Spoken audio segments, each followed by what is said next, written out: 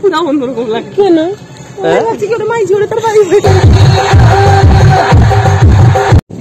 মানে ঠাকুর দেখতে যাবো বলে বেরিয়েছি, স্টাইলে তো বেরিয়ে চলে এসছে। এখন গাড়ি চালাতে কানে এত ঠান্ডা লাগছে, এ বাবা ভীষণ ঠান্ডা লাগছে। এখন এটা এত ধুলো রাস্তায় গিয়ে এলে কেন? সে দীঘা পুকুর দিয়ে যেতে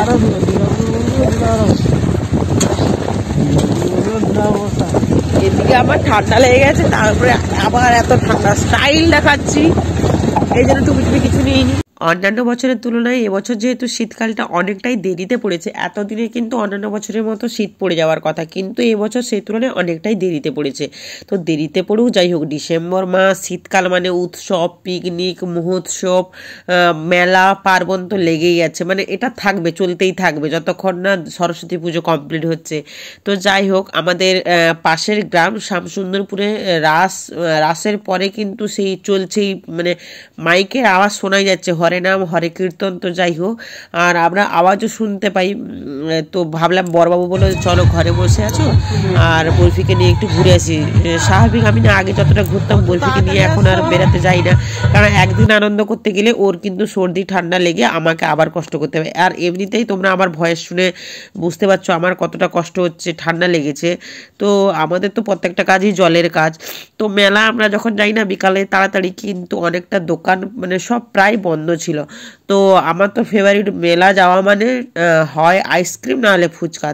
আমি আইসক্রিম দিকে এগোইনি, কারণ আমার পুরো নাক মুখ অবস্থা শেষ, আর আমি একটা খাওয়া মানে বরফি দুটো খাবে।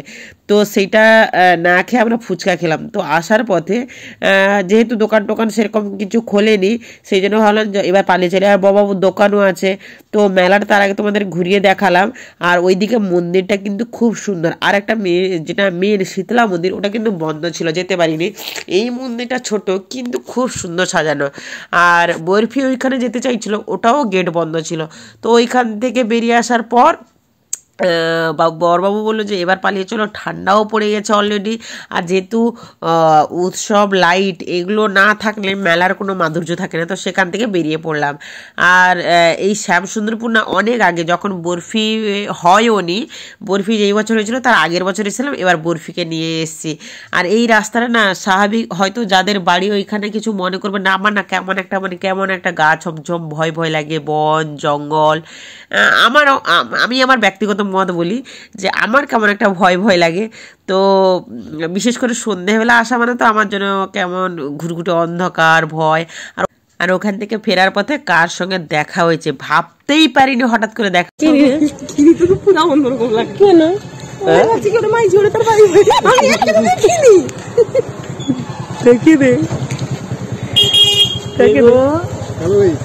হ্যালো গাইস, হাই সুতা বাঁধা আছে। কাই গেছিল পোস্ট অফিস কেন? টাকা আধার কার্ড বানাইতে, এর আধার কার্ড এ হয়েছে হয়ে গেল না হয়নি, কি করতে আজকেই তো ফোনে যোগাযোগ করতে হয়ে গেল, এখন আর হবে না, এখন কালকে হয়তো আবার হবে। হাই তুই বল ভালো আমাকে, আমি জানবো। না না না, আমি করতে যাবো বলছি, এ থেকে নাম চেঞ্জ করবে বলে তো করতে পারি না, হলে তুমি বলছি যাবো।